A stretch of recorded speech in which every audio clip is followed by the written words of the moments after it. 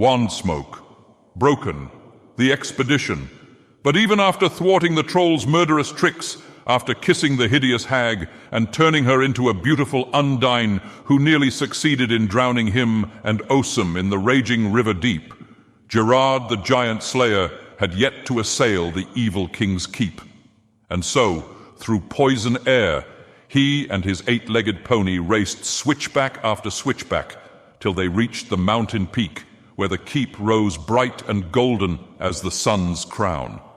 Only a little further now, across a flying buttress as big as a bridge, and into the gatehouse. Gerard steadied his lance, expecting resistance, and Osum charged, his 8 hooves a-thunder over the chasm below. Each of his 8 legs a bolt of lightning, so quick did they cross safe under the first portcullis. But the second gate was closed. It was a trap.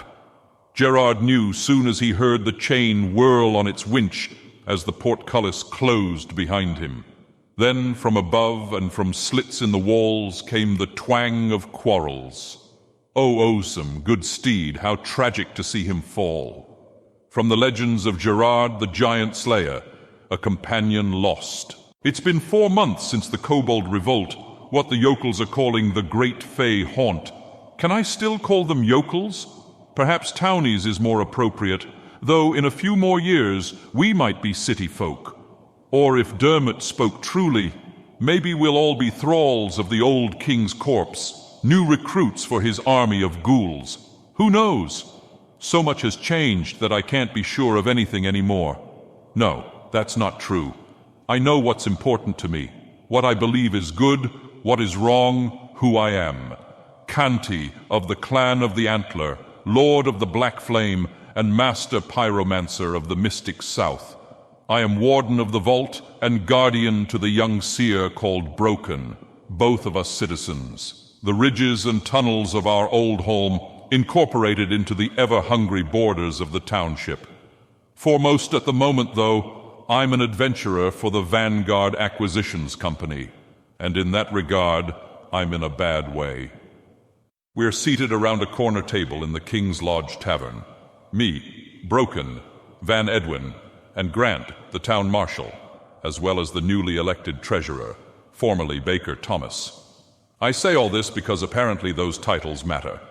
The influx of new residents from Marigold and Glassborough let us know that it was unusual our marshal was handling taxes, let alone parceling land plots and a dozen other responsibilities he'd inherited from his father. That was a simpler time when the village was small enough to be managed by one man. Now, the powers of state are divided among the councilmen, though until the old township and village contracts are resolved, we're stuck in transition, hence the constable's disgruntled presence. He's not happy about how much authority he's lost. Granted, he hasn't been happy since we foiled his plot to gas the kobolds. I'm still surprised I haven't been shot for what we did that night, though perhaps I shouldn't be. As soon as the king of the kobolds was defeated and the rest of the fairies captured, martial law had officially ended. Grant lost the power to conscript and execute without a vote from the council, and given that we were down a member, a flash election became the top priority. The baker, under the mystic's employ, was nominated and elected for his charitable donations during the occupation and for his supposed business sense, given that he owned his own bakery in the south end of Glassborough. I suspect the name of where he came from helped as well. Whatever the people's reasons, they elected him to treasurer, and immediately afterward a public council meeting was held about what to do with Edgar and the kobolds. 2 versus 1, Domhnall and Thomas voted that the prisoners should be sentenced to work in the mines of Oldholm, and that I be appointed warden since I own the property. I accepted the proposition. It meant free labor for me, and that my taxes would be waived. And ever since, the constable has only looked at me with disdain. And even now, as Grant reads aloud the contract, I spot his eyes flicking over the paper, hateful glares, bitter with jealousy. Let it be recorded here, under witness of the constable and marshal of Township South, and in accord with the laws of the old king, that a legal bond be made between the parties Van Edwin of Berg and Canti of Oldholm, then independent, now a district of the township, that the former party be owed from the latter within half a year's time an object, antique, or artifact that, fitting his business and trade, could reasonably be sold for the value of no less than 500 marigold mint golden coins, 1% of which shall be collected by the treasurer, as is in accord with the township law. He clears his throat and reads on, glancing toward Thomas. All appraisals shall be conducted by the treasurer or by an appraiser, appointed to the duty by the treasurer for his skill and knowledge. If the indebted party fails to provide an object, antique, or artifact which appraises for the agreed-upon sum within the allotted time, his eyes find me again, hard brown rings like shackles made from rammed earth and stone. The owed party may call upon the powers of the marshal to seize the indebted's property, either of equal kind and value of that which is owed, or of different kind and equal value, upon which the treasurer shall exchange the seized goods for currency, which is to be taxed, then paid directly to the owed party. He spreads the contract out in front of Thomas, and the Glassboro baker pretends he can read. Yes, sir. Says here I'm supposed to appraise whatever it is you're trading to pay your debts. Go on then, fork it over, he says. I'm wanting to see for myself what kind of bauble is worth more than a North End apartment. The quietest circlet of kobold King Dermot clatters like chattering teeth on the polished tabletop. I warn them. Don't touch it with your bare skin. It's cursed, made from the bones and ligaments of former Councilman James Edwin Gus. I think this is how the fairies took over the town. Their leader wore it, and even steel couldn't kill him so long as he had it on. Interesting, replies Van, though he doesn't sound as excited as I'd hoped. Do you know what happens if a human tries to wear it?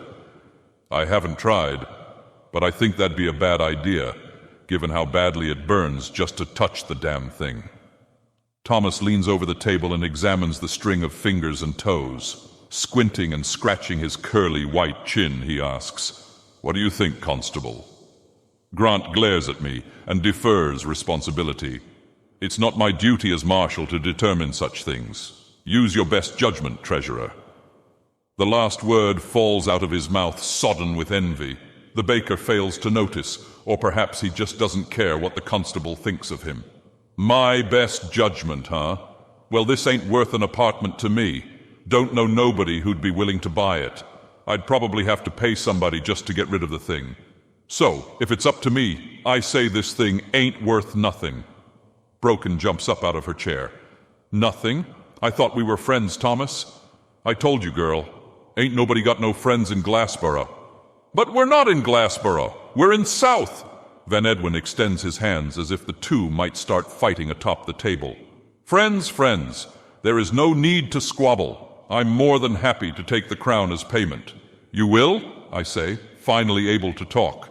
Thomas's appraisal had dunked my head under the surface of despair, but the curio trader always seemed to pull me out of it. First when Broken left, then again today.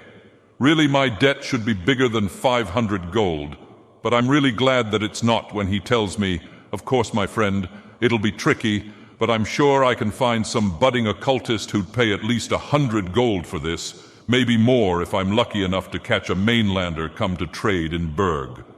100, I think, and feel my white skin further pale of blood. I utter the sum aloud.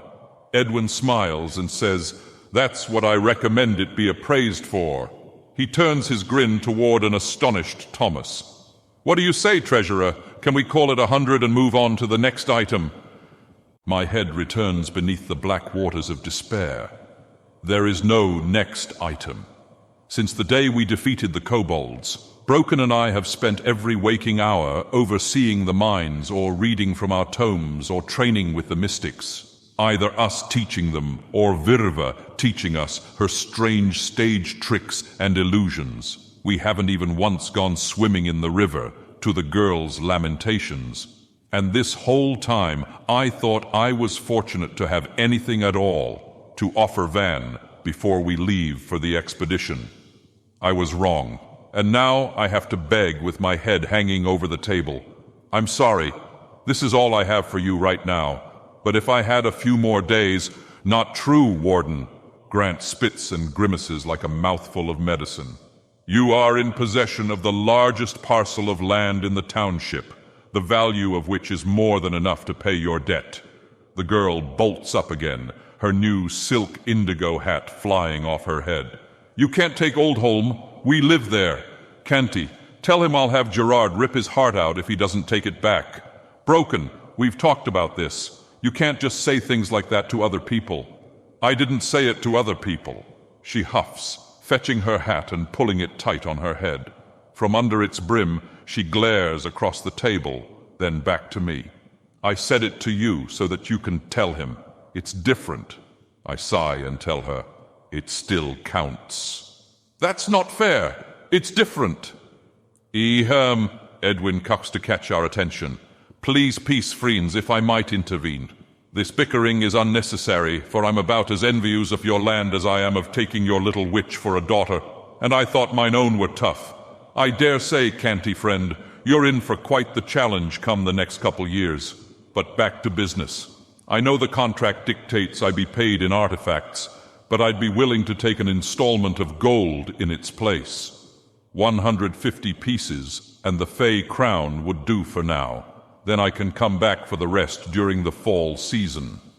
Van's a real friend to offer such an extension on what was already a long-term investment. And while I do have the money, I can't afford to spend it all now. Thank you, but if I pay you what I have today, there's no way I'd be able to make the second installment. Really, what'd be better is if I had more time. 2 weeks is all I need, and I'll definitely have something worth your while.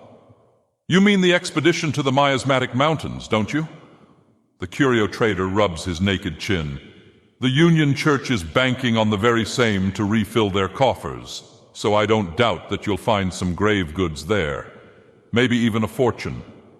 But a fortnight is a long while for a traveling merchant to wait. I'd have to stay an extra week in South, which means I'm going to miss out on the summer shipments back home. I'd need interest to make up for those losses and collateral in case something goes wrong. I swallow. What did you have in mind? He nods at Thomas to let him know he's proposing a change to our contract. Van clears his throat and inhales through his nose, looks at me for a moment, then says, We'll have to double your remaining debt. That's 800 marigold golden coins, or the equivalent in merchandise by the end of the expedition. As collateral, I'm sorry to say I'd need a few things, namely, the sword of old King Ogier, the dragon lance, the occult tome I sold to Bilar, and Turnpin's history. I'm sorry, he repeats his apologies, to make the situation so dire, but each piece is really only worth what the buyers can afford, which isn't as much since the crashes in Marigold and now Glassborough. Yet still, I have to feed my family. I hope you understand. Of course, I answer and extend my hand. I'd do the exact same if I were in his position. You might even say that I already am. We shake and part ways amicably after that. Broken and I head to the Mystics Guild Hall to check in with Verva before stocking up. This will be our last time to see each other before we leave come morning. I wish she could come with us, Broken says, as we pass through the market bustling with bartering, chattering, and the occasional cheer for its heroes, for us. I'd be lying if I didn't admit that I enjoy it. The praise, the admiration, the respect. Yet there's another part of me that wishes I didn't. It's the same part that feels like all the good I've done is really just incidental, that truly I've only been looking out for myself and the people I care about. Even in saving the town, I don't see moral high ground when my motivations were mostly selfish. I just wanted to set a better example for Broken. Without her, I'd probably have stomached going along with Nostius's plan. Who am I fooling? Without her, I'd never have found out about Bilar's dabbling in the occult. I'd still be a useless trog haunting the vault, wasting each day away in crown-cap nightmares. I'm sure she'll miss you too, but it'll be nice to have someone other than Chaka who's happy to see us come home. And besides that, who's going to protect South while we're gone? Grant, Thomas, and Domhnall. Fat chance of that, she rolls her eyes. Those guys are useless without our help. I laugh and pat the girl on the head. She's getting taller fast, almost up to my chin now, though I know part of that is the heels of her boots. Still, it makes me feel as though she's growing up, that soon I'll be an old man, and that life will have passed me by. I only hope that when it does, I'll have something to pass down of myself, something to keep alive the clan of the Antler, to make the name a thing to take pride in, a thing worth defending. Dermot's warning echoes in my ears. What thou seest here is only the beginning. The old king is risen and is rousing awake his slumbering soldiers. We arrive at the mystics to the squeak of the orphan doorman. I swear to the spirits, he's been put here just for me. No matter how many times I tell him it's not necessary, he bows and mutters, "We've been expecting you, Lord Canty," as we enter the hall. Toward Broken, he only nods so she can see his wink and smile. Each time she rolls her eyes and asks me why boys are born so much dumber than girls. And each time I try to come up with a new answer. It's a fun game, and today I think I've got a really good one. I say, because only stupid men are brave enough to run toward monsters instead of away from them. You don't need to be stupid to be brave, she argues. So as per the rules, we decide to let Virva mediate. She's just finishing a lesson with a group of new junior mystics, teaching them sleights of hand that make objects appear to vanish and manifest out of thin air. Illusion. We've decided to name that branch of mysticism, separating it from the arts of alchemy and pyromancy, the three schools of magic taught here at the Guild. It drives Nostius and Domhnall mad, our senseless classification and conflation of natural philosophy with the occult with mere smoke and mirrors. I understand their frustration, but I don't see how it's senseless to categorize them together when I'm watching a woman pluck knives from nowhere and spit clouds of fire and put people to sleep. Do boys have to be dumb to be brave? Broken repeats her question as Virva comes down from the stage, having just finished her lesson. She looks at me and chuckles. Some do and some don't. Regardless, we all start out as fools, whether or not we become courageous, cowardly, or brilliant. The girl buries her face in the folds of the mystic's robes and wraps her arms around the woman's waist. For the second time today, she's knocked her hat to the floor in a spring of sudden emotion. A danger for someone so young yet in command of such strength. I think of what she said to Grant about Gerard tearing his heart out. That she could actually make that happen causes my old concerns about her mishandling of death wands to seem like less than child's play. And then there's the new spells she's learned. Makes me happy essential salts have become so expensive. And happier still that she has Virva to teach her how to handle when she's feeling overwhelmed. I pick up the hat and dust it off while they work through for the 100th time why Virva won't be going with us. You'd think the pink streaks and speckles scarring her face would be sufficient reasoning. It is for me. At least, the guilt still weighs so heavily on my back that I don't think I could bear her getting hurt like that again. But no, they focus mostly on Virva's responsibility to the Guild, she being the only senior member with so many new juniors joined. It's her duty to teach them and to keep them safe, she explains. And I realize she's afraid that what happened in Marigold might happen here, that upon her return she'd discover her guild seized and her students slaughtered or otherwise dispersed. With the church in South now, I can't say that's impossible, nor is there anything stopping the Fae or the Hobbs, nothing except for us. It takes a little while till Broken understands, then about another minute for them to separate. When they finally do, the girl turns to find me, wagging the indigo brim in her face. I tease her, with how much time this thing spends on the floor, you'd think you don't want it. Maybe a donation is in order. I bet Ross would be interested in a brand new silk hat. Broken snatches it back and sticks out her tongue and murmurs something about having already given her one that she never wears. Then the two of you aren't so different, I jape, and the girl rolls her eyes the same way she did for the orphan boy. But before she can reseat her hat and render my comment invalid, Virva lets us know that, if we're done playing, Gnostius delivered a pair of masks before dawn this morning. Apparently, he was so excited to see us try them on that after staying up all night finishing them, he rushed over himself, hoping to catch us at the hall. I'm surprised he didn't just send someone. After all, he'd figured out the new design for his miasma filter masks months ago. What's there to be excited about? I wonder until Virva shows us the presents Gnostius left. I wish he hadn't. I would have liked for him to be here for when we first try these on. They are each a headdress like the ancestral skull I lost in the catacombs. Mine an elk and hers a deer, both plated with blue-black patined silver and with antlers reaffixed and preserved with resin.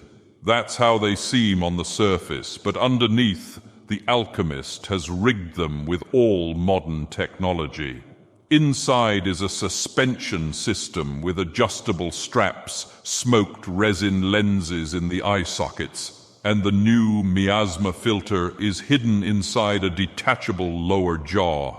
Broken puts hers on, the lower half of her face exposed without the bottom attachment, and immediately climbs the stage to gaze into a mirror. Whoa! I see her mouth the word, speechless. And when I join her reflection, I do exactly the same and think to myself that those are strangers staring back, figures made sinister by a twisted-looking glass. But then Broken breaks the silence. She recites the new spell she's been working on, reminds us that what's truly frightening hides inside our own souls. Crystallization, ossification, petrified marrow, and coagulated blood. From dust, life. From life to dust returneth the primordial rotundum. Ouroboros, come. She looks at me with a big grin from cheek to cheek. Now we both get to be lords of fear. Her incantation has me shivering from the chills down my spine till dawn breaks the following day. After a full midday's rest and a night of packing, we watch the sunrise from atop a ridge that overhangs the vault's renovated entrance. Kobold work. They replaced the whole ramshackle wall with a pitch-sealed frame and double doors made from black volcanic glass harvested underneath the mountain. They shine matte yet reflective on the face of Black Lake as the old tyrant breaks red and gold above the trees. A rush of bird songs drowns the hush of the river deep. I can't say what kind. I've never known them to sing this close to the salt basin. It makes me wonder if this is one of those rare omens of fortune. Or maybe it's because the spreading miasma has driven them this far south. I suppose we'll find out. The day has finally come. The summer expedition. For the last time for the next 2 weeks, Broken and I delve into the vault to retrieve our packs and confirm the instructions we left for Gerard. He's waiting for us just behind the doors, an eternal, sleepless vigilant, shadow-skinned, and armed with my old mace, rehafted and ready in the hands of the Revenant. He's to watch over Edgar and ensure that Chaka is fed and muzzled so that the hob's not tempted to eat the other prisoners. The kobolds, I mean. We call them prisoners, though honestly they seem more like servants. Since I slew Dermot, they've made no attempt to riot or escape and hardly complain about their fetters. Steel hoop earrings plated in red lead, a pigment mined in Berg and traded by their merchants to the golden anvil who forge it into a corrosion-resistant alloy. The same stainless steel all those nails and chains used as wards were made from. Less iron, and thus less effective against the Fae. Had they been braver, more reckless, or more persistent, they could have taken a much greater portion of town than just the jailhouse. Luckily for us, they didn't find out until Broken had them pinned under partisans and the watchful sockets of her spooky squadron, SS for short. I wonder if this isn't how the trolls were held captive by my ancestors centuries ago. Suppress their spirits with diluted bands of iron, yet leave them just enough freedom that they don't transmogrify. I could have told you that, Ogier comments, as we don our new gear, prepared especially for the trip. To the girl's chagrin, we're in matching puffy, yellow-gold shirts and trousers under black knee-high boots, gloves, and special-order smoked leather cuirasses. While we buckle each other's armor, the old king hums his praise. Now, if you only had a shield, it'd feel just like the old Fey hunts. Do we have to? Broken whinges. I sling the kingmaker from my shoulder and strap on my pack. A shield wouldn't be such a bad idea if we didn't have so much else to haul. Bedrolls and blankets, death wands, swords and knives, water skins, rations, medicine, and extra filters for our masks, chem lamps, and oil lanterns. They're all piled high on our backs and belts. Anything else, and we'd be buried alive before we ever reached the hell gates. For that same reason, even the armor is a compromise. After watching the junior mystic get stabbed to death, I intended to commission a couple old-style chain shirts, but was told that I didn't have the money or the time. So boiled leather it was and still is, even if the girl doesn't like it. Yes, we have to. I'm not risking you getting hurt because we decided to go in unprepared. She looks us both over, sighs and pouts. What if we brought just a couple of the SS to protect us instead? And keep them where exactly? And what if the church reps found out? Then we can lock them in our basement and see how they like it. I have to bite my cheek to keep from laughing. In a stern, a voice as I can manage, I say her name, Ashlyn. That grabs her attention. She glares and opens her mouth about to lash back, but I cut her off and ask, "How do you think I would feel if you got locked in a cage again, or worse? We'll be out in the middle of no man's land. They'd probably just kill us like we were hobs.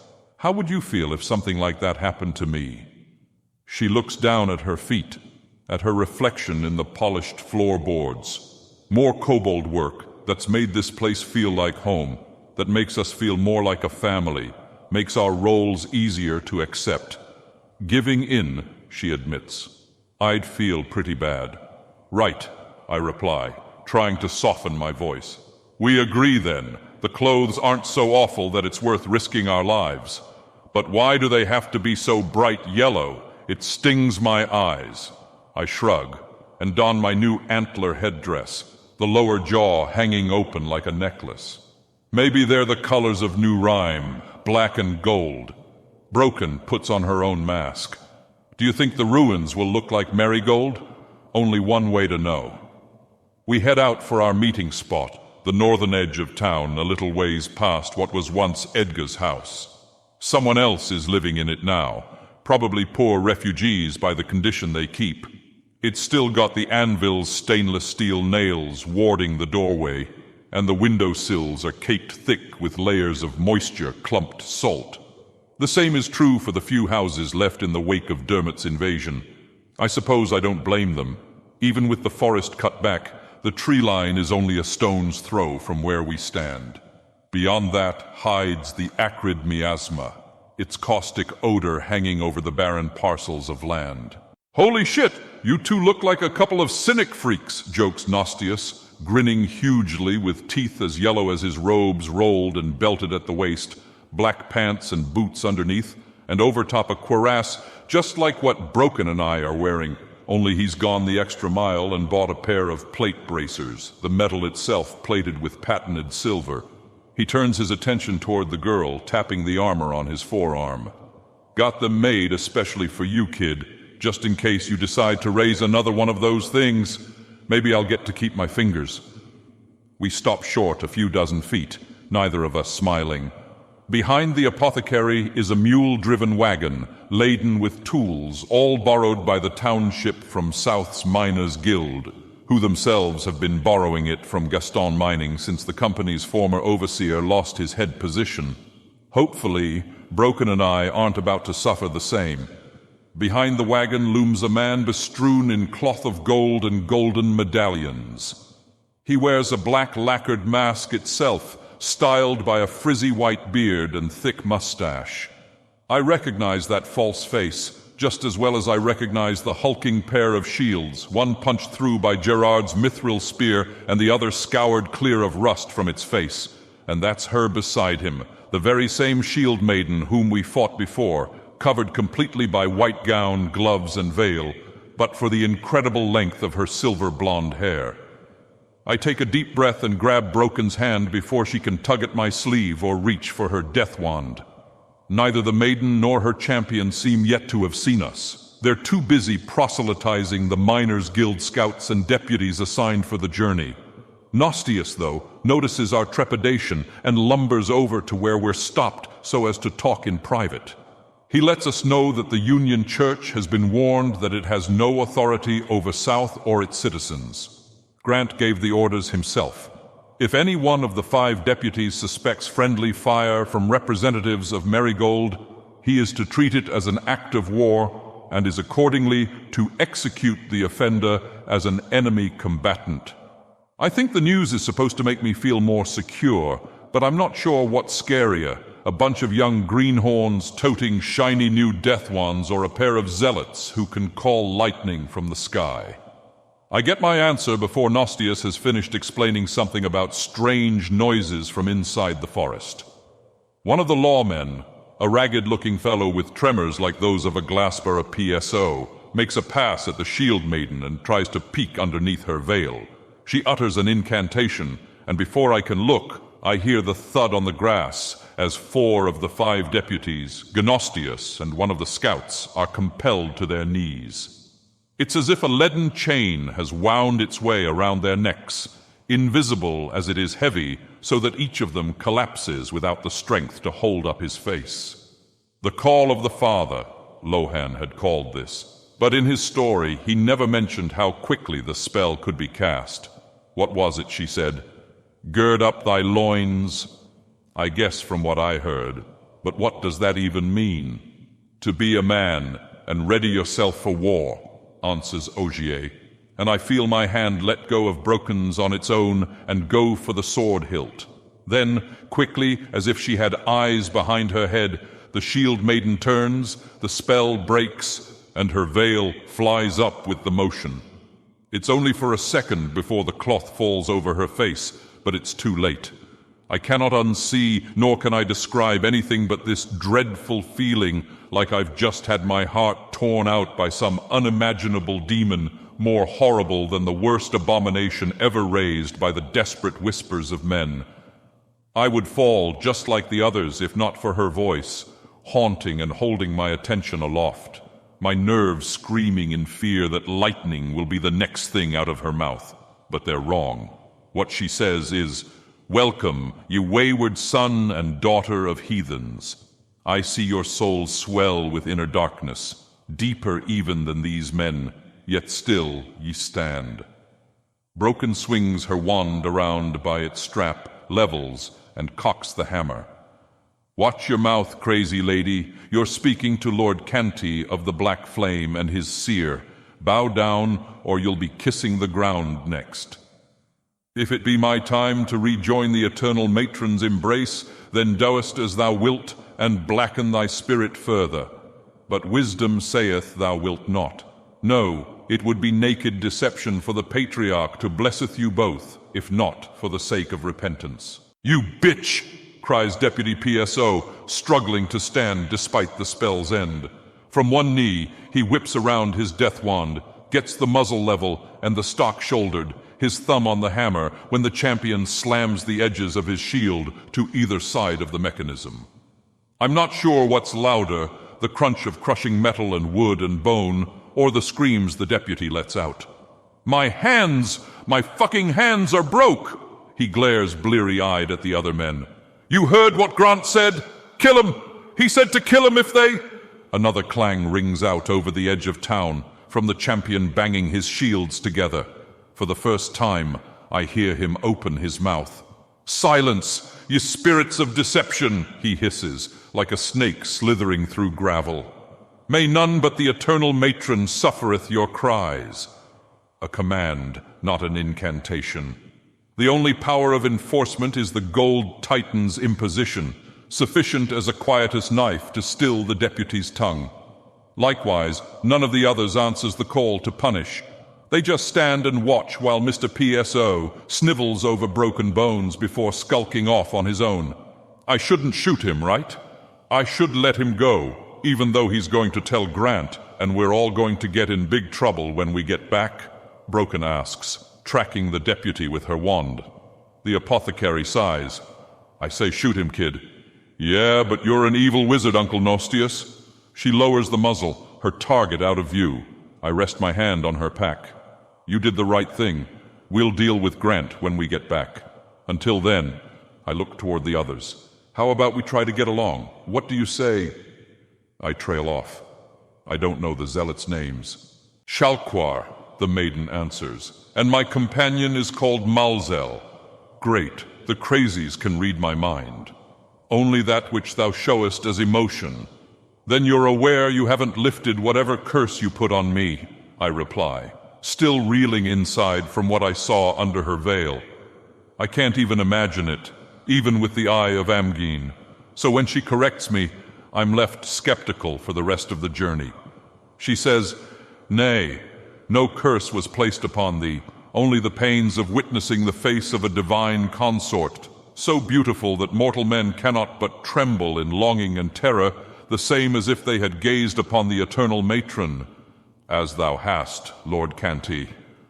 Nostius groans, All right, that's enough religious talk. Now, if we're finally in agreement not to kill each other, we've got an expedition to start. Masks on, packs in the wagon, and everyone grab a sickle. Getting this thing through the forest is going to be a bitch. It is, though not for the reasons he expected.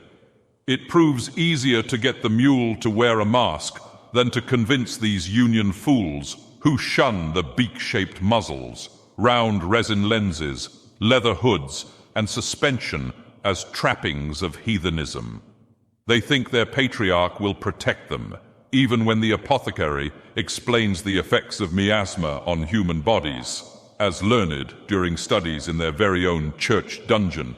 Dissolution of flesh, as if by a strong acid, fastest in the eyes and in mucous membranes, the reaction producing more miasma and thus accelerating the process. And before you ask, no, praying doesn't abate the effect no matter how pious you are. Still they refuse until Nostius leaves without them, and they discover for themselves the limits of their faith. What is wrong with their minds, I wonder? And the old king replies, Such was the way with fanatics, even during my rule. While the border between the inner shadows of their souls and that of the outer darkness is emboldened, it means they are separate from the very source of strength that their religion was founded on. They are fragments who fail to understand that they cannot become whole through union with another. They are weakness and fear made blind by the idea that their souls are something different than those spirits of deception and destruction. What nonsense, he finishes. I'm not sure I believe him. The maiden and champion seem plenty strong to me, felling 6 men with nothing more than a whisper, and each of those shields must weigh as much as the Kingmaker. Thank Amgine, I can leave it loaded in the wagon until we've waded through the woods. I can't imagine lugging that thing through the forest, hardly able to breathe through the filter and humidity, all the while constantly hacking at underbrush. It's endless, cutting bushes and branches just so our wagon can pass a few more feet. Maybe it wouldn't be so bad if everything weren't sticky with viscous residue. Each swing, the thick purple substance accrues on our tools, weighs them down, erodes their edges, absorbs force sufficient to cleave normal brush, and sends our sickles bouncing off. It's enough to drown a man in his sweat-soaked clothes, and that's just the first hour. We work in shifts, if what little the Southmen contribute can be said to constitute labor, usual religious exemptions aside, rotating 3 at a time till night falls, and Nostius calls for us to make camp. Our blistered fingers cry out in relief. The bushes have beaten us. left our hands hilt-bruised and our bodies sodden all the way through to our empty stomachs. And for what? What ground have we won? Less than 2 hours' march had we departed from town without the burden of our wagon and mule. It gets the men thinking. A few of them argue we should abandon our tools, double back for south, and resume in the morning, that we'll be better rested with some food in our bellies after a night sleeping in our own beds. I don't disagree. It's tempting, the notion of a hay mattress in place of the sticky, gnarled ground, of breathing fresh air, of being able to drink without jamming the neck of my water skin under a filter. But we can't. Chances are that Grant's got men posted at the edge of town. Any one of us spotted would be detained for questioning, at the very least, if not charged with treason for assaulting a man of the law. We stick to the plan, Nostius orders, in spite of the deputies' and scouts' persistent grumbling. They groan on and on, gathering firewood while the rest of us ready camp. No tents, just canvas tarps for a roof overhead, and the sticky ground below on which none of us really want to spread our bedrolls. Fortunately, according to the apothecary, the substance can be burned off with a sufficiently hot flame and should leave behind soft cinders for us to sleep on. Still, none of us are excited by the idea of trying to start a fire.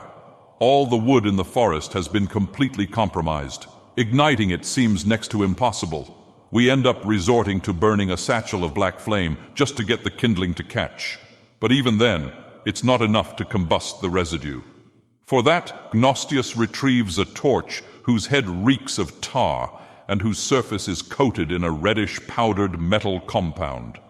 He plunges it inside the pile of kindling chemicals hiss. Then after a few seconds the torch froths yellow-orange with sparks. Everywhere they hit catches a deep, dull fire, and even the air ignites in puffs of slow-burning flames. We watch, amazed, as he draws a ring around the now smoldering campground, then traces that circle with the rest of our contaminated wood. Just in time, as the torch splutters out, the circle burns, a ward of fire feeding on miasma, pressing inward to fill the void. Stripping off his mask, the apothecary rasps, "That should give us a few minutes to catch our breath." We gather around the bonfire, rations in hand, me working as fast as I can to reapply Broken's bandages. No one speaks the entire reprieve. We toast residue from our bread and jerky, our chewing seeming the only sound in the forest. I've never known it to be so quiet. It's like the old days living alone in Oldholm, not a single creature stirring, no howls of owls or wolves or anything, just silence and darkness as the flames start to flicker out. Masks go back on. The girl and I reattach the lower jaws of headdresses and huff muggy air through filters of bone dust.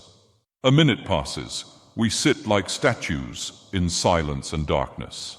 Another minute passes. Broken asks, "Why don't we burn another one of those torches?" "For the same reasons I didn't burn one to start with," gruffs Nostius. "I've only got so many of those things." "And how many is that?" I ask. Tension proliferates in the darkness as the apothecary pauses, reluctant to share. Eventually he admits, "2. We've got 2 torches left." I hesitate to ask, "And what happens after we run out?" "We won't," he says. "We shouldn't anyway. The miasma is denser here under the forest canopy, so the residue is thick. Once we're out on the foothills, it shouldn't be so difficult to start a fire. But what if it is? It shouldn't be. But what if, I ask again, thinking of broken going days without being able to change poisoned bandages, going days without being able to eat? And what about the deputies and the scouts and the zealots? How long before one of them stabs us in the back? I can already feel the fear multiplying. Maybe the girl was right. We should have packed a few members of the SS just in case things go badly. Maybe we should go back and risk Grant's justice. Gather more supplies. Make sure we're prepared. "Be not afraid," interjects the shield maiden, her voice muffled by her mask, softening its haunting element. "Or are ye people of little faith also, of small wisdom? What good comes of doubt if it soweth the seeds of strife among you. I don't care about what good it does. I care about my daughter not starving to death in a cloud of acid.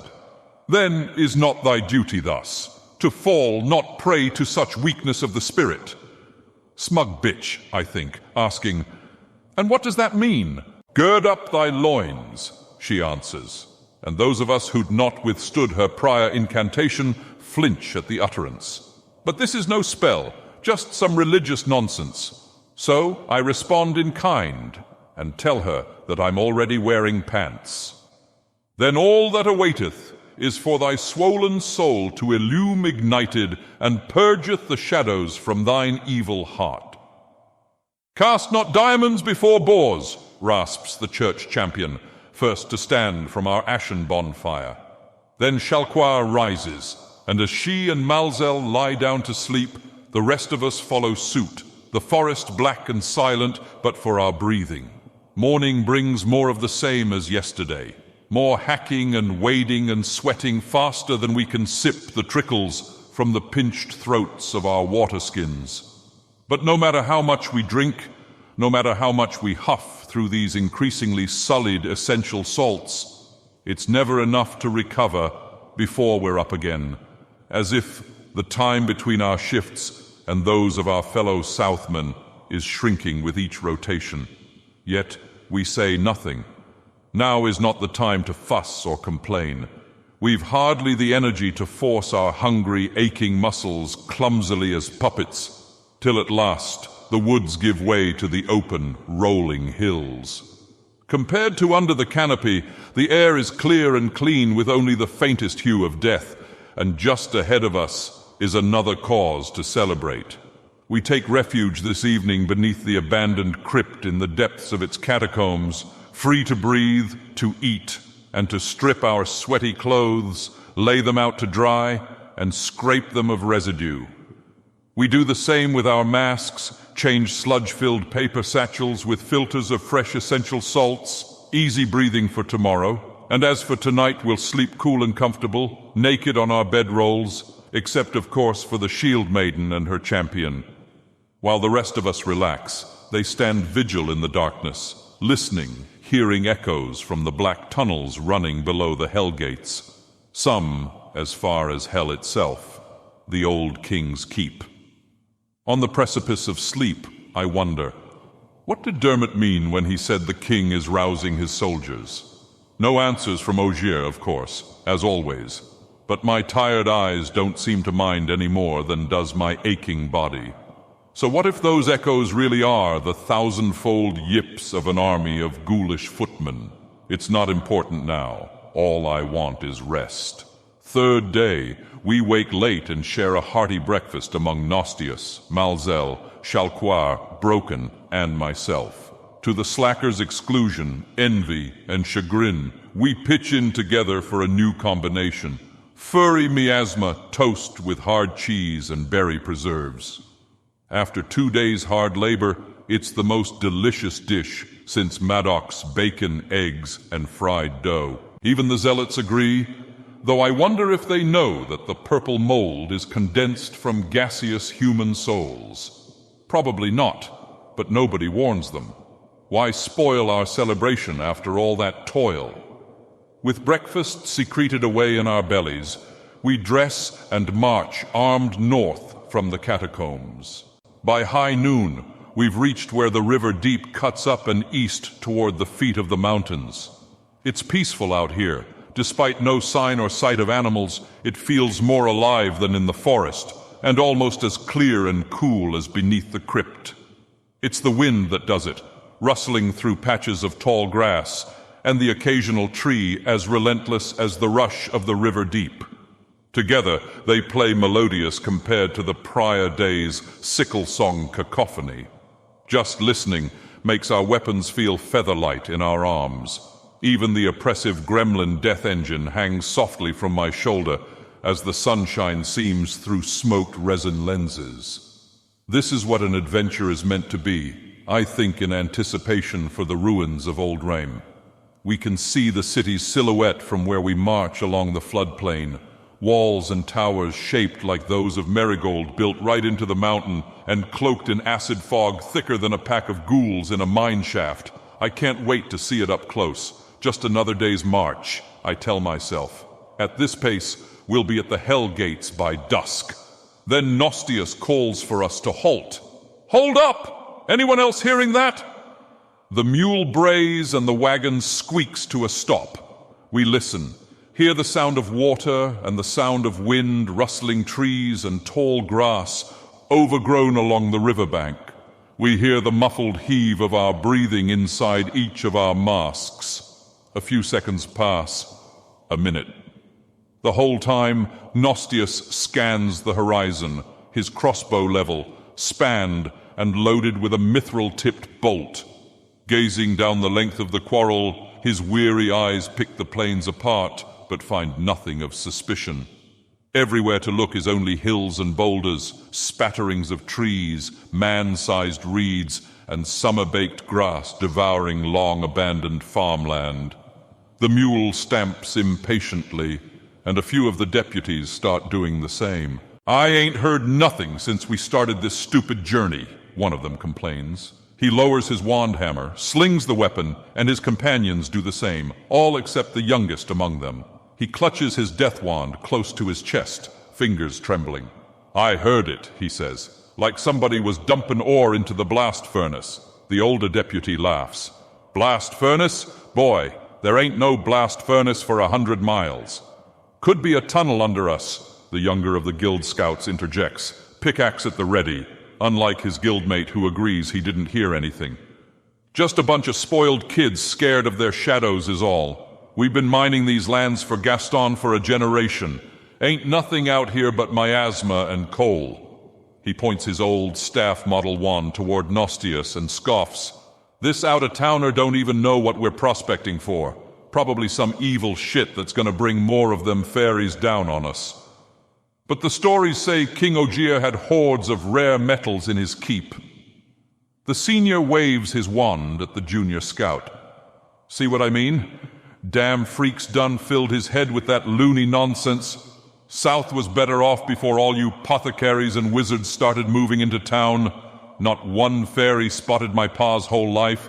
Then Bilar and Madoc went and ruined it for everybody. He prods the younger scout, death one muzzle against the muzzle of his mask. That's all it takes. One idiot gets some bright idea. Then before you know it, a wand blast cracks like a whip, lashing our eardrums. Startled, people jump, and before they have the sense to duck, fingers jerk in a cascade of trigger pulls. There's the twang of a crossbow, a quarrel loosed uselessly over a nearby hillside, and at the same time, a secondary explosion of rock salt is shot from the senior scout's death wand. The mineral exits the barrel in fragments, riddles the junior's mask full of holes. His face too, I imagine, though how badly I don't know. A cloud of essential salts hides the extent of the gore, as does the miasma choke his moans. But that's just the half of it. The true horror is the girl standing next to me, cursing into smoke trailing from her wand. Damn it, I missed. I look toward the river, where the reeds have been shredded by rock salt. Nothing's there, at least no hobs or fairies. I glance again to be sure we're safe before grabbing hold of Broken's shoulders, spinning her around to face me and the crowd, while I shout through my filter, "Missed what? What are you doing? What are you shooting at? Did you see what just happened?" She stammers her reply. There was a Nixie by the water. I didn't want her to sneak up. Wait, what happened? Why are you so mad? Don't grab so hard, Canty. That hurts, she cries by the end of her return volley of questions. And in myself, guilt occupies where panic resigns. I let her go and step aside so that we both might look upon the consequences of recklessness. It's a bloody massacre with every hacking breath. The junior scout sprays puffs of ruddy mist through the perforations in his mask. Smaller and smaller, the girl repeats, looking back and forth between the mist and the reeds. I didn't mean for that to happen. It was an accident. Barney, the senior guild scout sputters, flailing like a man about to drown in chaos. Just hang on! Hold your breath! We're gonna get you help! He stares at Nostius while blubbering his promise. But the apothecary doesn't pay him a second's attention. So fixated is he on that gravelly din, resounding audibly now louder than the river or the wind, or even the junior scout's moans. "It burns! Please help me! It's burning!" "Hold your breath, Barney," the senior repeats. Then to the rest of us, "Can't you apothecaries do nothing to help him?" Nostius operates the magazine lever on his bow, spans and loads a bolt, and following his lead, the deputies fumble trying to swing their wands from shoulder slings into their arms. A few are dropped, and those that aren't are discovered unprimed, the hammers left cocked, and the brass caps fallen off, lost in the grass. "Idiots!" spits the alchemist, his head swiveling side to side. "Where in hell are they?" "Thine eternal matron's shadowed womb," answers Chalquar in the midst of an incantation. But the spell is too slow to stop the stone-skinned hands bursting from below and seizing the fallen weapons. And it's not only death wands stolen. 4 muscled arms emerge like black yawning boulders that drag the junior scout screaming beneath the soil. Then comes the clangor of iron and silver, the trigger for my reflexes to draw Ogier's sword just as the word resounds lonely over the floodplain. Retribution, too late. Lightning stakes the earth in a blazing column of consumed miasma, the grass a hollow of smoldering, yet the fairies go unscathed. Then there's another twang, this time succeeded by a thud in the ground between my and Broken's feet. I look down and see gritting ochre-green teeth and onyx eyes glaring, and a deep speckled arm reaching for my ankle. "Trolls," muses Ogier, "degenerate weaklings, always craven in their caves and hiding in the rocks." He wills my sword arm in a circle overhead and down again backhand to lop the Fae's forearm at the wrist.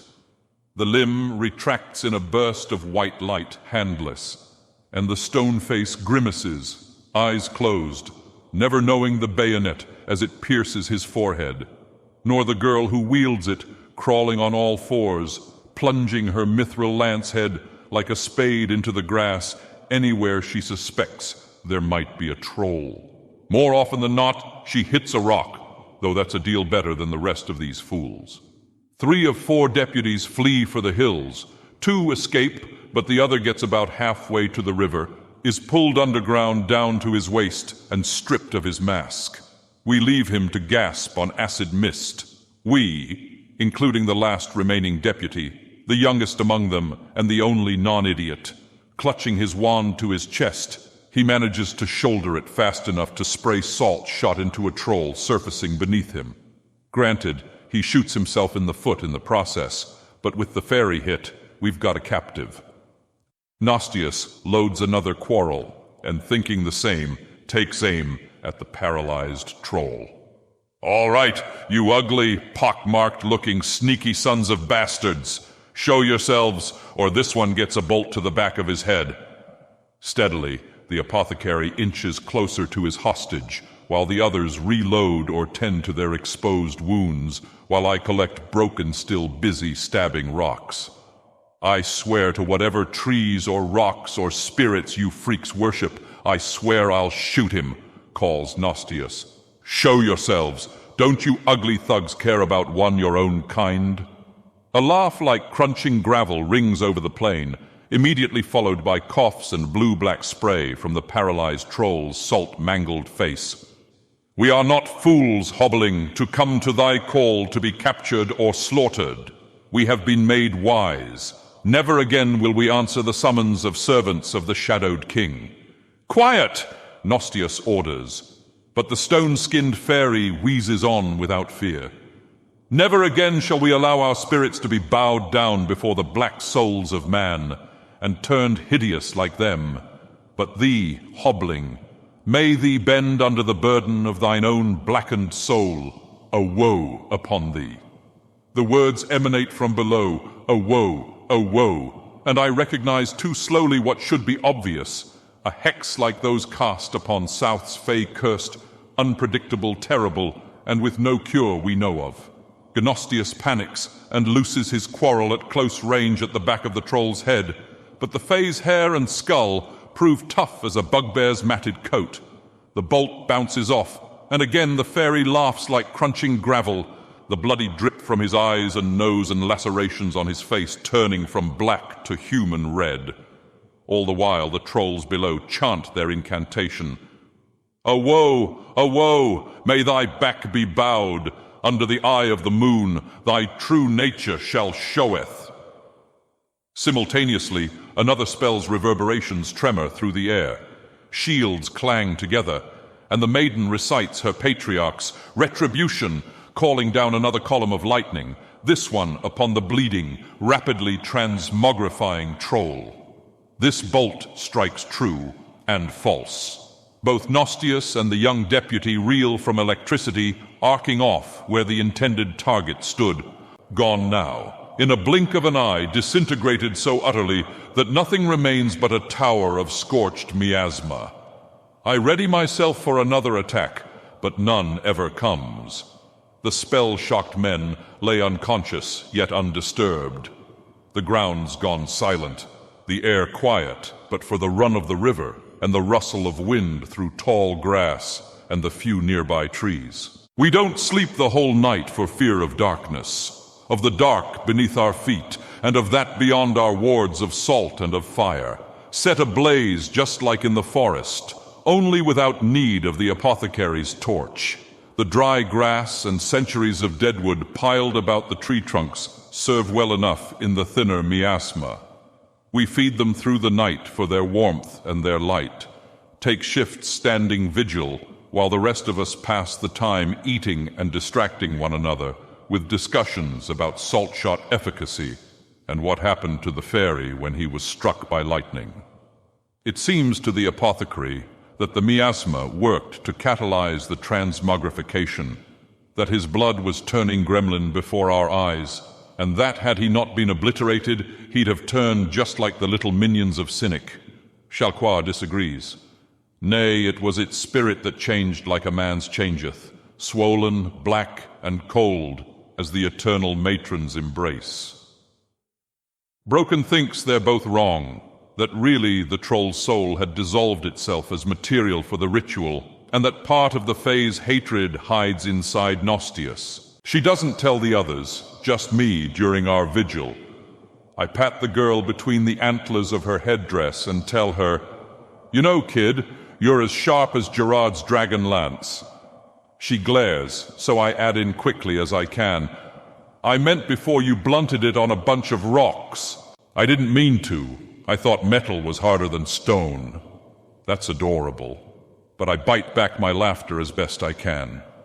I don't want to risk embarrassing her over something I failed to explain. So instead, I say, "Sometimes it is, though even then, it doesn't exactly work that way. Like how silver and iron are different, or a knife and a pickaxe. One's thicker than the other. That's part of it, yeah, and the shape matters, and what else is mixed in, and even how long the smith sticks it in the fire. But we can fix it, right? The dragon lance? Of course we can. When we get back, we'll take it straight to the golden anvil and have them grind a new tip. Now that I think about it, I should probably get Ogier's sword sharpened as well." "That's good," she says, half listening, gazing into the surrounding darkness. "It's really good when things can be fixed." It is, I think, and it's too bad that some things can't be. The thought makes me shiver. Even in summer, the night is cold and growing chillier as the hour creeps closer toward the end of our shift. Colder and quieter, despite the sizzling ring of miasmatic flame, we huddle for warmth, the only noise being the occasional clatter of antlers like chattering teeth. Neither of us say anything. Not until our shift is done and we're switching out with the zealots do I mention the girl's medicine. I grab our packs off the wagon. "Let's redo your bandages. You've had those ones on all day." She removes her headdress and sits by the bonfire, pops a crown cap pellet in her mouth, and drinks a swig from her water skin. "No, I'm all right," she insists while scratching the backs of her knees and the insides of her elbows. They don't get so bad with all these clothes on, just sweaty sometimes, and itchy. I sit down beside her. We should at least do your face. Look, some are even falling off. I reach out to touch a hanging bandage, and she shirks away. Slapping at my hand, she asserts that she's fine, and that she'll fix it herself. I ask her what's wrong. Nothing, apparently. Though she sounds to me as though she might cry at the drop of a hat. So I ask again and again and again in different ways, till she finally answers when I call her by her name. Ashlyn. Don't call me that. Then you have to respond when I call you broken. I open a jar of balm and unwind some bandages. No resistance this time, but still, she isn't answering, so I ask, do you understand? What if I don't want to be broken forever? What if I want to be pretty like Mrs. Bilar was before she got sick? What if I want to get married like her and have children and love them even if they're cursed or ugly or broken? She snaps out of her stammer, says, you can fix the vault and the town and the lance and yourself over and over. Then why doesn't anybody know how to fix me? I look away from her and through the flames. Nostius and the others sit on the other side, hearing but not listening, staring wearily into the yellow-orange light, hiding in the confines of their minds. Likewise, my eyes drift from theirs to the fire. I don't have an answer, at least, not one that would satisfy the girl. But I have to try, so I tear my eyes from the light and look her full in the face while removing her used bandages. Because, I start, my tongue stumbling in the dark. It's because people are more complicated than stuff and towns and things. And even those, we don't really know how to fix. We can rebuild burnt houses and sharpen dull blades, get new doors and floors and a whole new constabulary. But none of those things will last forever, and they're not always better than they were before. With a balm-laden finger, I gesture toward the lone deputy. Then I turn that finger on myself. Including me, I might not be as blind as I was a year ago, but I've made a lot of mistakes since then that have gotten us hurt. It's my fault Dermot escaped from that tunnel, and I should have been more vigilant in Marigold. I saw that Hob coming. If I'd have just been more cautious, we wouldn't have been caught and locked in those cages. And then there was that duel I fought, and my plan with the profaned flame. And don't forget all those times the king convinced you to be a jerk. Broken grabs my finger and strips it of medicine. Rubbing the balm in herself, her tone drops, defeated, as she asks, so you're saying nothing can fix me then? That I have to be broken forever? I sigh a deep breath of rosemary and peppermint, close the jar and start wrapping her new bandages. What I'm saying is that it's going to be hard, and it will probably take a long time. And even when we find a cure, it might not be as good as we wanted, and it probably won't last forever.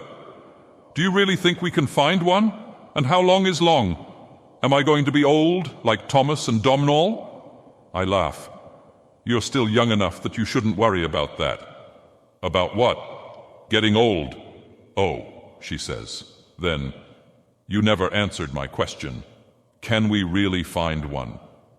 A cure for the serpent's curse? I've never heard of anyone even making the attempt. It's one thing to be marred or maimed by the Fae or an animal or even by a person. But when you're born into a condition, it's believed that the curse becomes intertwined with the soul. But what do we know? Nothing. And there's my answer. I've got no idea if a cure is really out there, but I know there's only one way to find out. Occult magic, monsters, murder, and death wands? I was thinking that we'd just go on an adventure. Aren't we already doing that, though? No, this is an expedition. What's the difference? Damn, the girl's got me. I'm forced to answer on my toes. It's an adventure when it's just the two of us alone. Like when Bilar resurrected a monster and shot himself? She asks. Her tone turns snide as her smile widens. Or like the time we went spelunking when I raised Gerard and he killed Maddock, who was going to kill you over a magic rock because he was really just a ghost wearing a dead guy. Hey, wait a second. Ogier tried to kill us. Just figured it out, the old king sneers. Only I can hear and only I can respond. Not to him, but to her. I point out, you said that forever ago, when we first brought Chaka and the sword home to the vault. Oh, she responds. I guess I forgot, but do you promise? Promise what? That we'll go on an adventure together and discover a cure. Of course, I start. Broken interrupts. And I want Virva to come, and Gerard, and Chaka too. Would it still be an adventure if it's all of us? Of course, I finish. It's always an adventure with us. Morning comes, then day, then night. Our feet tread softly, our fingers lightly at rest on the triggers of our weapons, always armed. We are vigilant, cautious, skittish, to the extent that even a rustling branch becomes a mortal threat.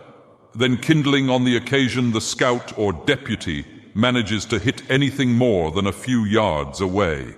If the trees didn't thin as the hills piled higher, I'd be worried that we might actually run out of salt. Then the 4th day passes, and the 5th day starts.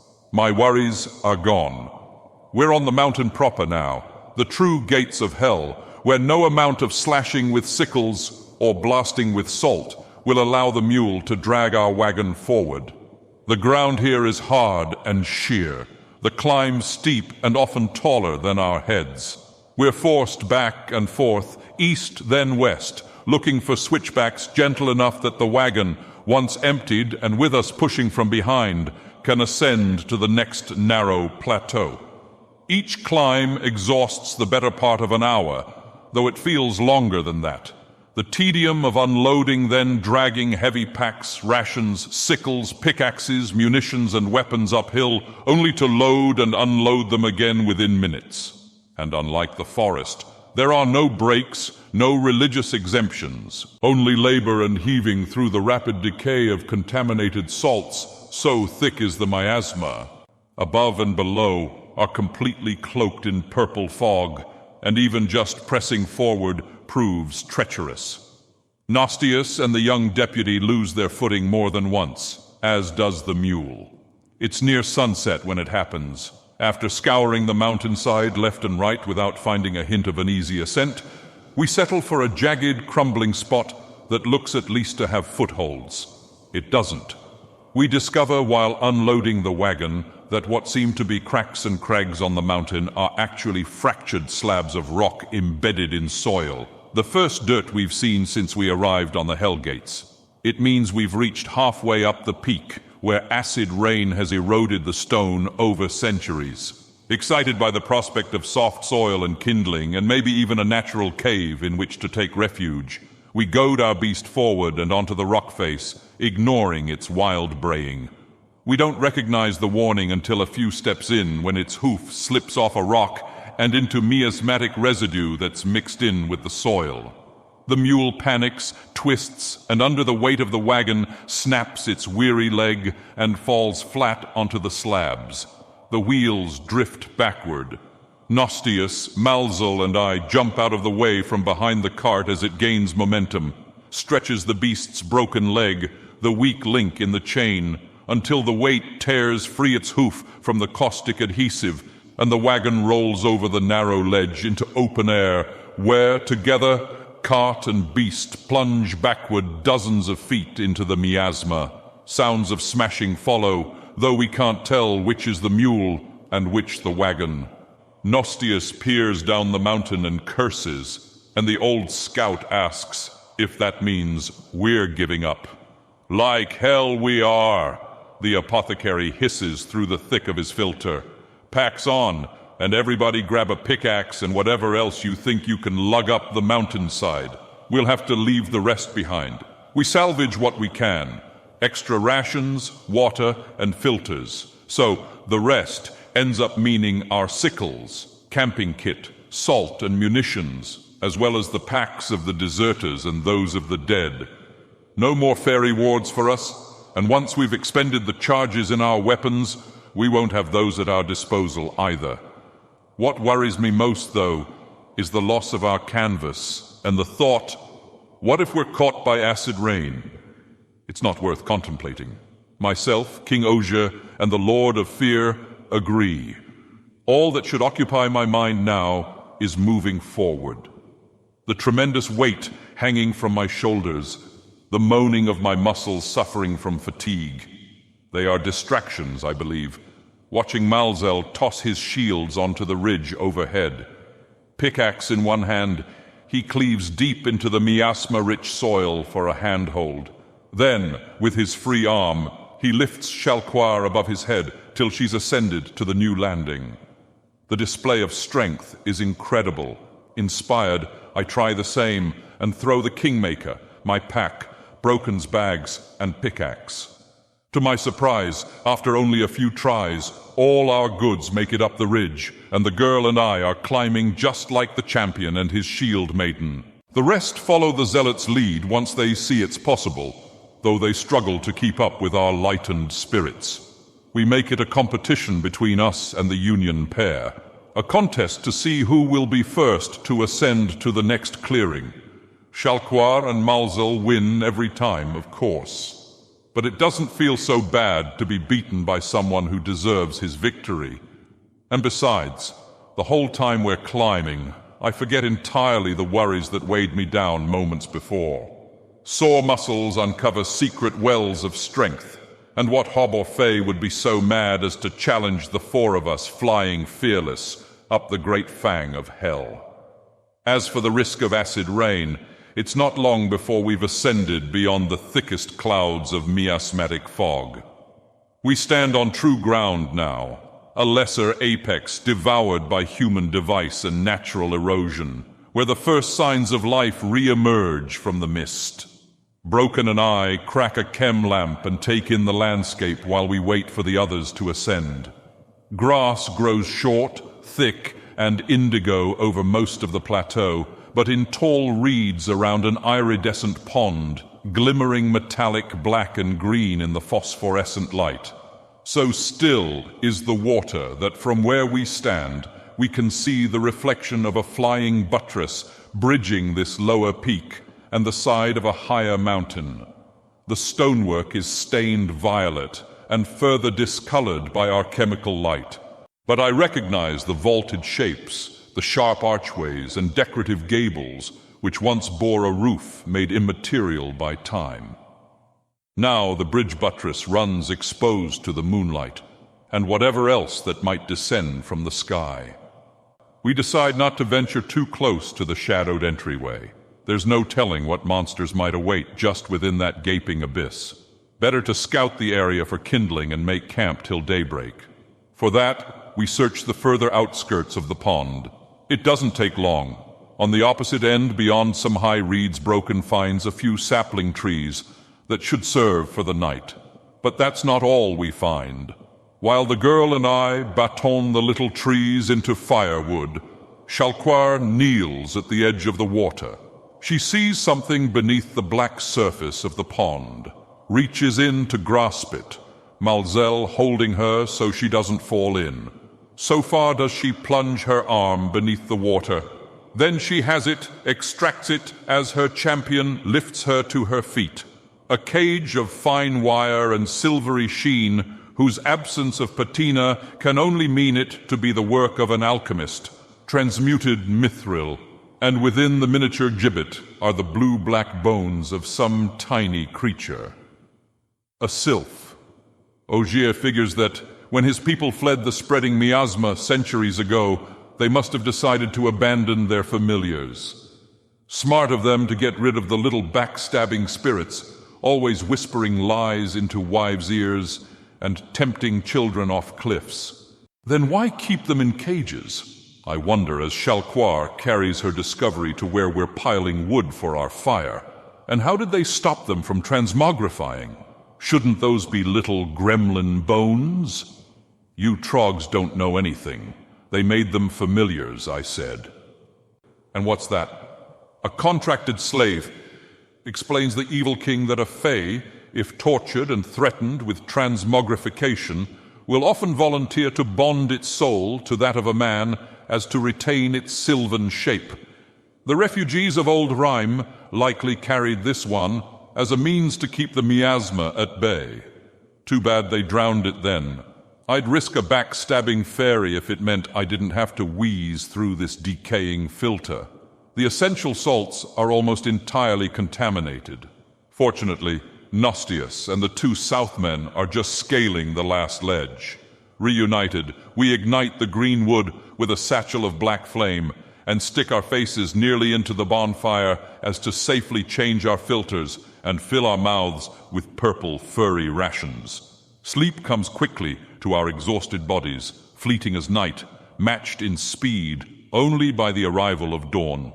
And when we awake, it's in full view of the ruins of old Rheims. A great flying buttress reaches ahead of us and into an eruption of blunted spires. Like a crown of yellow gold stained purple with corrosion, the towers wreath the mountain peaks and riddle below with tunnels like hollow roots of a tree. Shattered windows and open shafts litter the surface. Yet there is but one entrance, a gate portcullis, rotted, rusted to nil, waiting agape at the height of the buttress. Now lighted, the roofless bridge proves no more foreboding than a cynic city crossway, perhaps less so given the dearth of immaculate foreigners and elves. Still, I keep an eye out for Hobbs. Nostius, however, does not. He's busy commenting how difficult it must have been for centuries-old engineers to build such a structure without gremlin labor. We enter the gatehouse, announce both Nostius and Ogier, as we tread atop stains of rust and rot, and under an empty slot where centuries gone once hung the iron fangs of a today decayed portcullis. Now, the only ward is miasmatic mist, thicker than in the forest or on the ridge. It's like a curtain, deep purple and viscous, even in the air.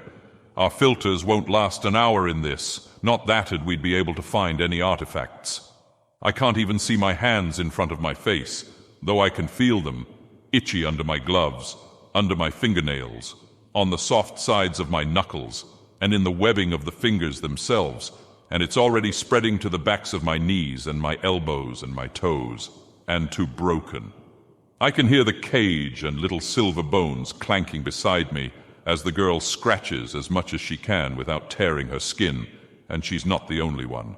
The young deputy, already limping before, is now hopping on one foot and cursing the fog stolen inside his wound through his salt-blasted boot. And so, too, does the senior scout fuss about the itch around his jaw and neck. Then he coughs, probably choking on mist leaking in with fingers jammed under his mask to scratch. Only Nostius, Chalquar, and Malzel seem unaffected, though perhaps the former two are just too tough to show it.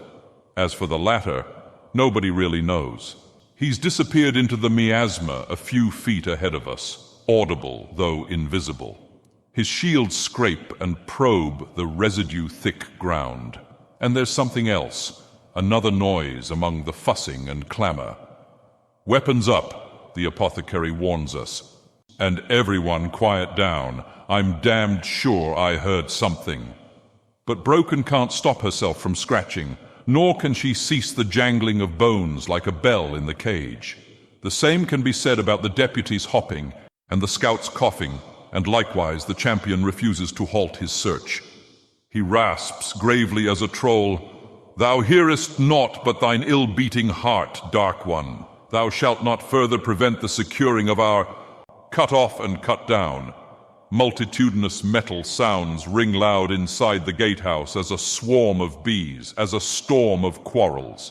Fewer litter the ground than sting the champion, yet still the rain of iron-headed bolts falls heavier than the shields that clang to the floor, louder than the lingering twang of bow stings. Then we hear it, the yipping of several dozen ghouls hiding in the walls and in the ceiling.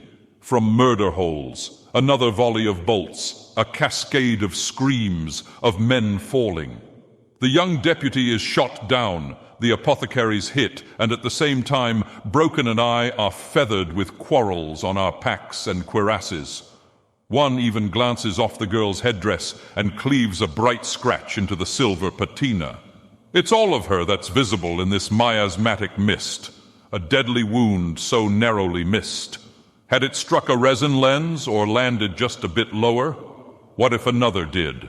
What if her scream is stuck in her throat, choked by acidic gas, by gasps of shock? What if her body's gone numb from the sudden exposure? For all I know, she could be full of holes, dying silently right beside me. Nothing worse could be waiting for us than such a discovery. I worry while dragging Broken from inside the gatehouse. I'm not sorry for deserting. They'd treat us the same way. I bargain.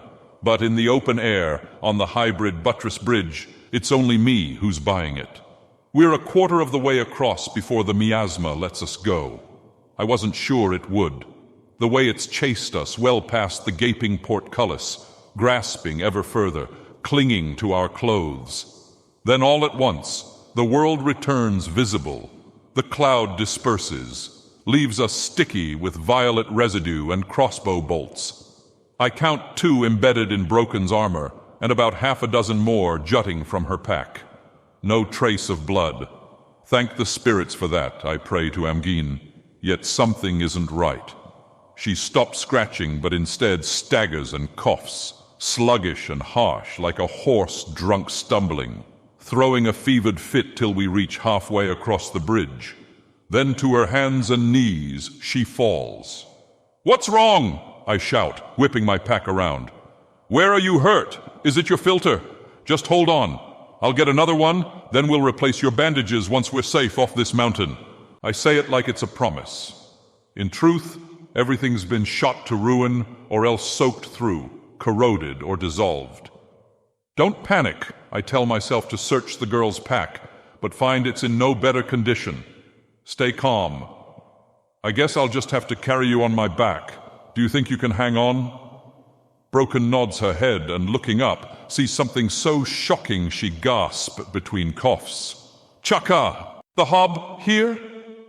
I question for all of a second before my mind swells with hope.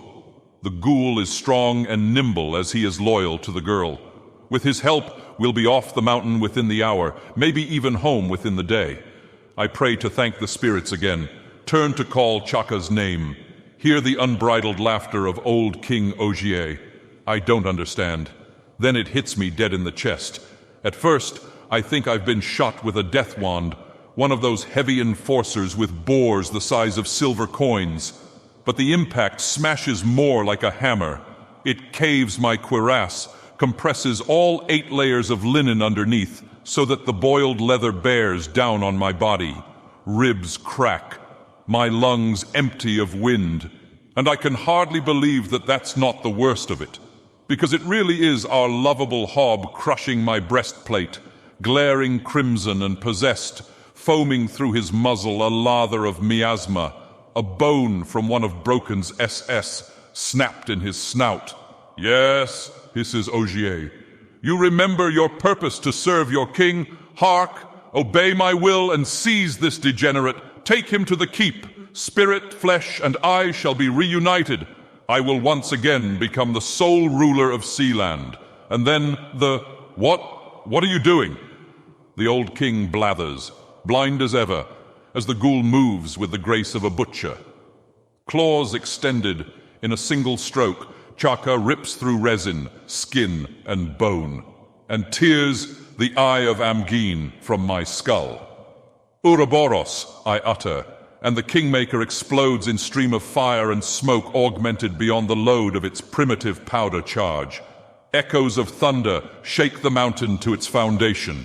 It's the miasma, from the air and from the residue stuck to our clothes and the buttress stone, absorbed during the course of the transmutation. The power produced from concentrated souls throws both leaden ball and proxylic tendrils with force in excess to launch the ghoul beyond the long-decayed roof and over the walls, off the buttress bridge, into the ravines he falls, yipping. Darkness follows. "Broken, are you all right?"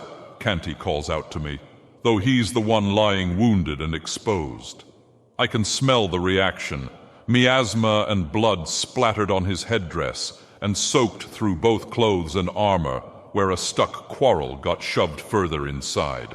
I want so badly to ask him what Chaka was doing here, why he attacked us, but every time I speak, It's only coughs and trembles as the numbness deepens. It makes my muscles so weak that when I try to help Kanti to his feet, the exertion only worsens my ceaseless fit. The coughs get wetter, heavier, and they burn in my chest. I hate this, being sick and useless, being broken. The poison just seeps into my skin, and I can't do anything but watch as he unslings the kingmaker and casts it aside, rolls likewise onto his elbows and knees, then struggles to his feet, all the while telling me not to worry. "Just hold on," he says, pulling my body ragdoll onto his back like a pack, while a freakish howl emanates from inside the gatehouse. The yipping of ghouls turns to blood-curdling shrieks, human and hob, yet Kanti doesn't respond. He just starts marching southward at his hobbled pace, saying over and over about when we make it back home. "We're going to go on an adventure, me and you and Virva and Gerard and Chaka too if he's behaving himself. We're going to find you a cure, and then you won't have to wear bandages anymore or eat crown caps, and you'll be able to play in the sun without burning up. You could spend every day of every summer for the rest of your life playing in the river with Roslyn and your friends from the Mystics. Every day, you'll be happy. We just need to get you home." This, he rambles. Over and over the switchback descents, groping his way, blind inside his miasma-filled headdress, no longer stinking of blood, but of dissolving flesh. It's not long before he's coughing as often as I am, then more, wetter, heavier. Yet still he carries me, my death wand, and my pack on his back through poison fog, down gravel-trap descents, on to the Hellgate's foothills, and further over the overcast floodplains. "Home!" he wheezes, more blood than breath. The trees and reeds rustle. The river deep hushes like a mother does her infant child, yet still the little silver bones clamor in their cage as the Lord of Black Flame misses a step. He lurches a foot closer toward the river bank, and I nudge him with what strength I have, left back on course. "Home," he wheezes, crying now, his body breaking down as the poison perfuses his blood. But there's still so far to go, hours, days left. "Home!" he cries again, choking on tears and caustic foam. "Broken." "Hush," whispers the cold, dark river deep, familiar and haunting. "Please, child, hush, be silent, be still. I cannot bear to see you suffer. Please, for me, hush, be silent, be still." It brings Kanti to his knees, so he crawls painfully into the evening. The whisper persists. "Be silent, be still. I cannot bear to see." It draws closer each time I nod in and out of miasmatic sleep until, on the verge of memory, I can almost see it. A silhouette on the riverbank, a shadow through the reeds, like a banshee weeping, wading atop the water. She reaches for me, but seizes Kanti instead and drags us both into the depths. It doesn't hurt so much anymore. I wish I could have told my mother how the icy water is balm on my skin, how easy it would have been to douse an infant in the river, how peacefully I might have slept, even without crown caps, but instead it was she who decided to sleep, alone, without me, because I was broken. She tied a rock to her ankle and stole into the night pale as winter. Was I with her then?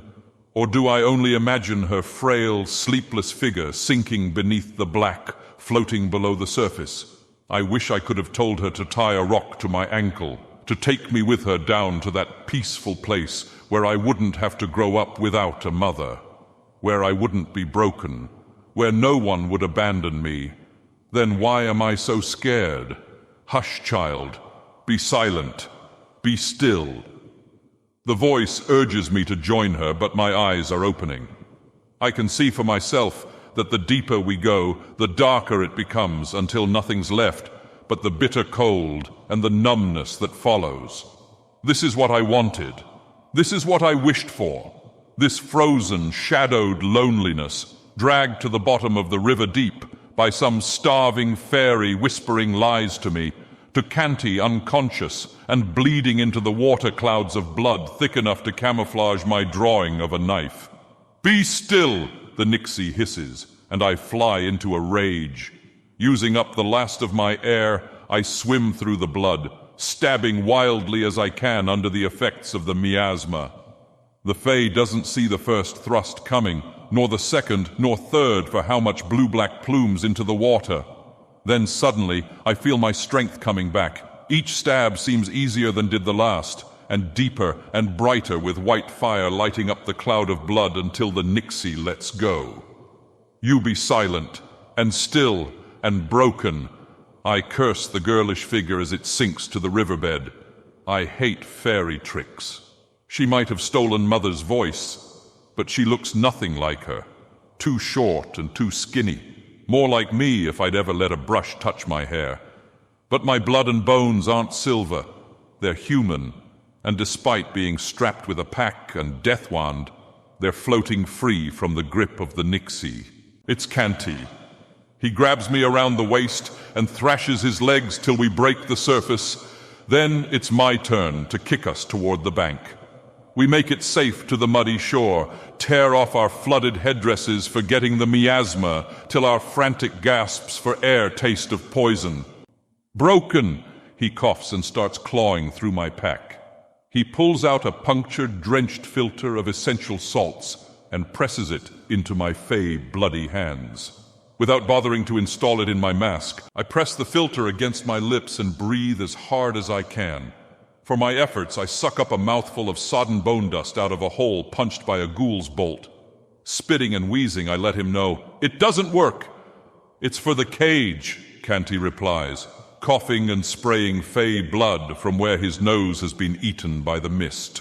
"The bones. Ogier said they keep away the miasma, the sylphs, a resurrection." Does that even work on fairies? I want to ask. But the acid in the air is pressing in on my lungs, destroying more of his face. So I drop my pack and my death wand, spread a circle of wet salts, and place the cage at the center. "I'll need your help," I say, trying not to sound afraid, trying not to imagine what monsters we might make.